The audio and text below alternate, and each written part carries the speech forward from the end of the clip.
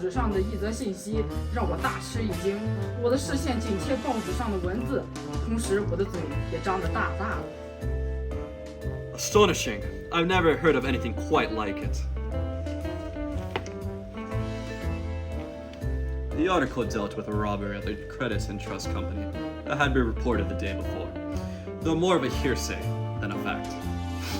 Today's report not only corroborated the previous one, but specified that the items taken from safe deposit box A2 included a pair of butterfly brooch and a diamond bracelet with a total value of over $100,000. My surprise was due to the fact that this was the first time such a thing had happened in Shanghai. I need hardly mention that the vault in the Credit and Trust was made of steel and was without doubt extremely secure. That something could be stolen from that vault was indisputable evidence of the thief's incredible skills. But it also occurred to me that the whole thing could have been an inside job, that perhaps someone working for the company had been able to access the keys and use them to carry out the deed. There had not been a break-in by some clever outsider, so my strong reaction might have been the result of my overreactive imagination. This isn't a matter of your imagination, Barry. Your earlier reaction was entirely correct. The comment quite startled me, for Hugh had no mythical powers, so I was unsure how he was able to come here. Hugh, why would you say such a thing? When I came in, you were so busy sputtering that you didn't notice me. But since you say my comment was out of the blue, let me ask you, was it far off the mark? Astonishing. I still don't understand how you arrived at it. The article you were just reading tells about what was stolen, but not how it was stolen. Your initial astonishment was based on the assumption that someone had broken into the vault to get his hands on the goods, and that such a person would have to be superhuman to be able to do so. For that reason, you couldn't help letting out a cry of surprise. But then something else occurred to you. You quickly calmed down. You even smiled, as if you felt your earlier assumption had been too hasty. That was your thought process, which I deduced from calm observation. Now tell me, did I get it right? I had to smile. Astonishing, Hugh. Your powers are simply out of this world. It's not all that difficult. You just have to know a bit of psychology and then be willing to think a little. Anyone can do it. So, Barry, weren't you thinking that there has never been such a case in Greenville? Well, you're right. There hasn't. What? Has such a crime actually occurred? It has indeed. That's why I said your initial astonishment was not an overreaction. What? Someone really broke into the vault? Yes, I've already been there to look. The steel door was broken open with an electric torch. Incredible. There was something, a drawing of a robin on the wall, in charcoal. My attention was immediately aroused as I recalled the shadowy figure known as the Southeastern Robin. Are you on this case, Hugh? Barry, who brought in that letter? A letter?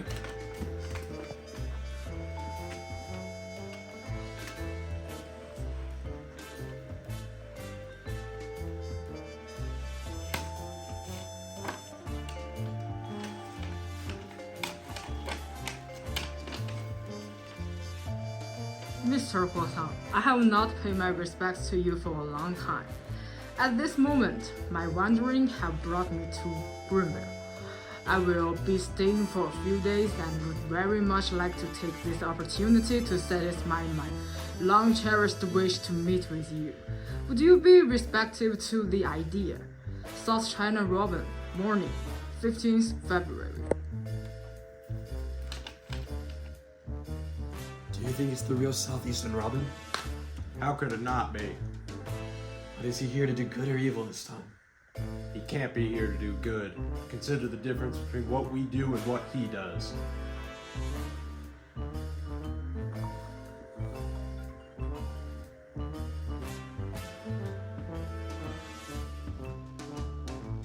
Who was that?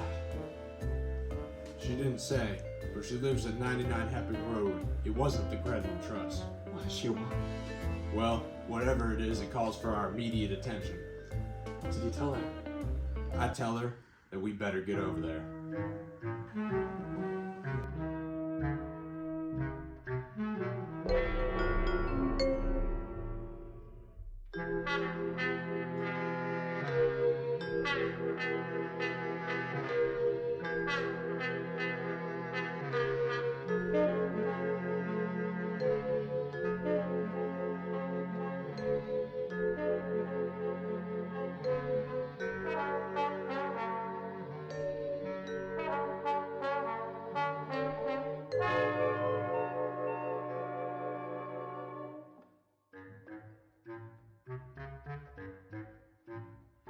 Miss Xu had been our caller's name. She had served as the assistant chief of the Bureau of Tobacco and Liquor.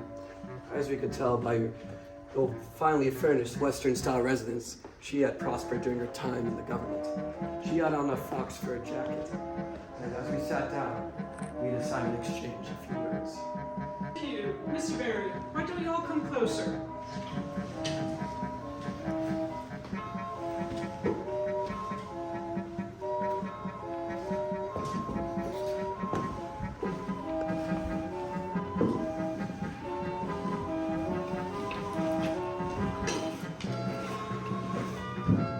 I'm sure you all have heard of the Southeastern Robin. We have. We've been aware of him for quite some time.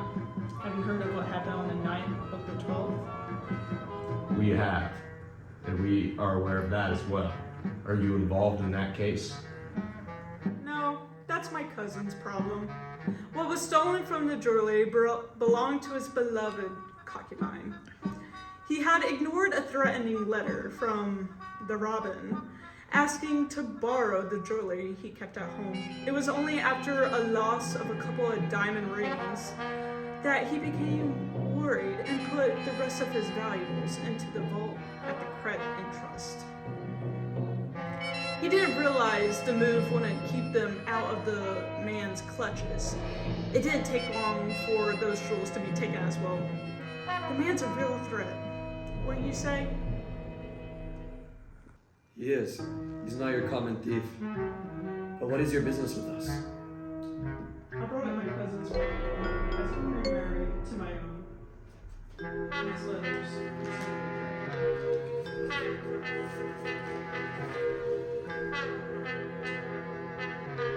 Mrs. Xu, I hear you acquired a cat's eye stone during your recent trip to Atlanta.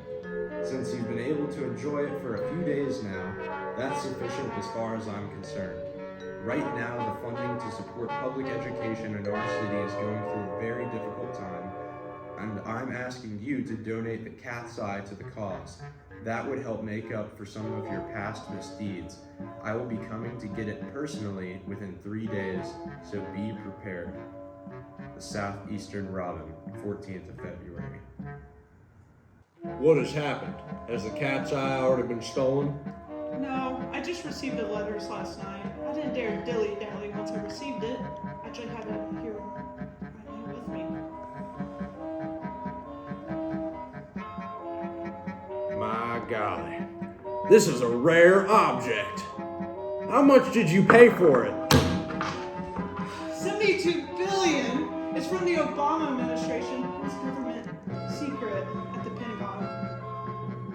I haven't been able to sleep a week last night since I received the letter.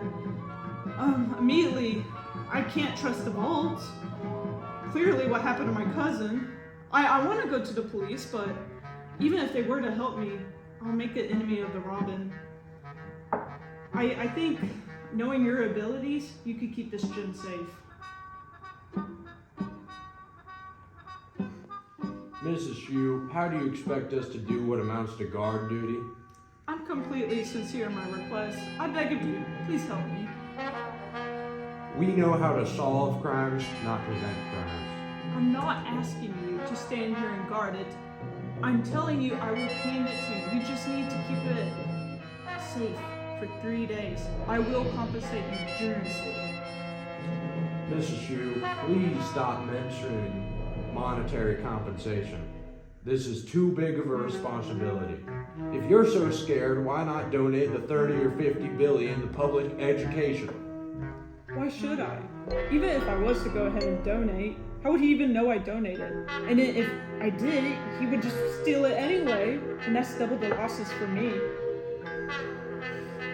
Mrs. Shu, how about we hold on to it for the 3 days, and you go ahead and send the 30 or 50 billion to public education, and in the case that he still steals the cat's eye, we will compensate you for our failure.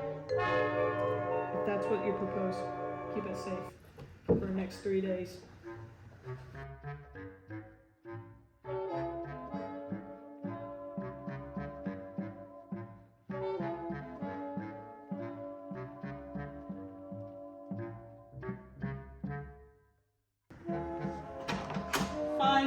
Fine. Get out of here.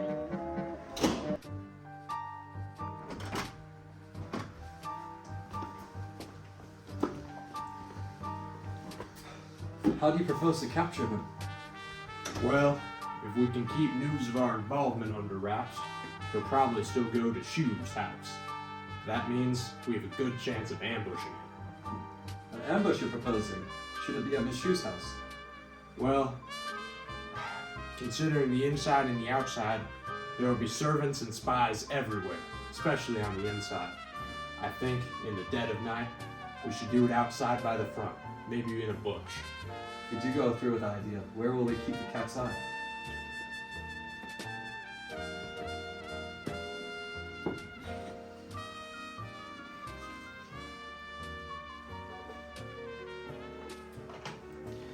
After some discussion, we agreed that the safest place to keep the jewel would be on our own persons. On the other hand, however, were we to become engaged in some kind of physical struggle, we would surely risk losing it. In the end, we decided to split up. I was to guard the safe at home, and Hugh would hide outside the Shu residence by himself. Even though the responsibility on me was heavier that way, I had no choice but to accept it under the circumstances. On the other side, we had a telephone in our home, and I had a gun for protection. I wasn't concerned about my ability to respond to a direct attack. After we settled on our course of action, Hugh opened the brocade box and examined the gem once more before locking it away in our safe.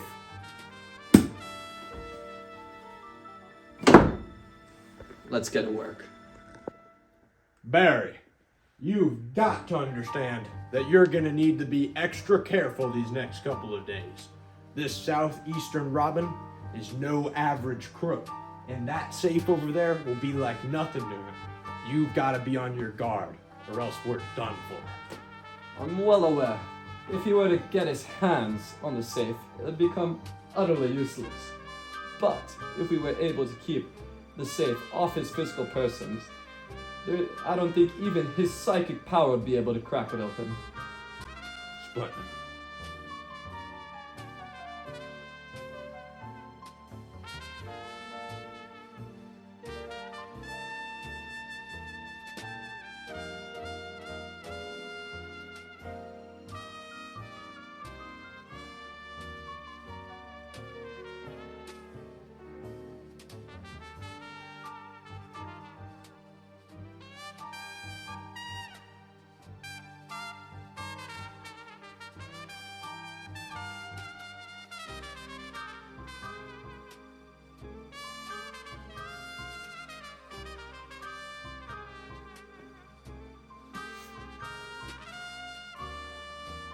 I'm off. You two, do well.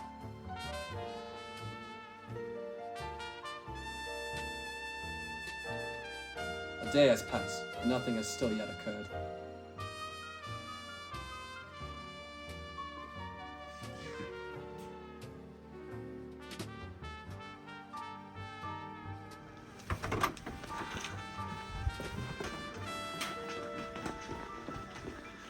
It's bad, Barry. His henchmen have our house surrounded. What should we do? Not so loud. Get upstairs right now and put on something black to look like a laborer. Bring your gun along and follow me outside. What do we intend to do? Don't ask. Go change your clothes. I'll wait for you here.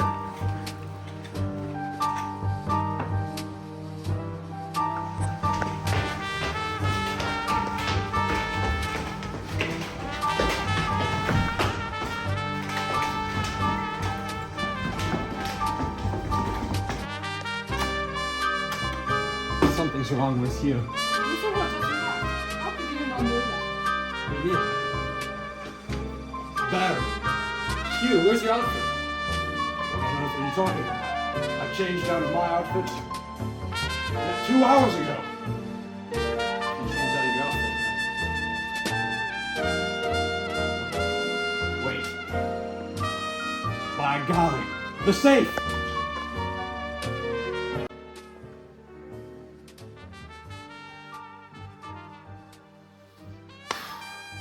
You know, Barry, there's a lesson to be learned from all this.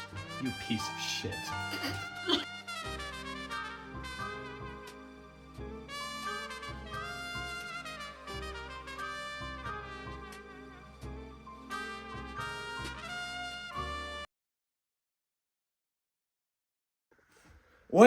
Wait, hold up. There is a lesson, Barry. I promise you there is. Just sit down, my old friend, and stop getting upset with me. You surely know that a defeat is nothing to be ashamed of. It's only when you don't learn nothing from losing it that it becomes shameful. Your misstep this time occurred because you were unable to remain calm under stress. How else could you have become so rattled that you were not even able to distinguish my real voice and appearance? You didn't arrest him? Why would I? He's never done anything to us. He's never done anything to us. He stole our rock. He impersonated us. He broke into our door. Well, he didn't steal the rock. We still have it. The rock? We still have it? Yes, we do.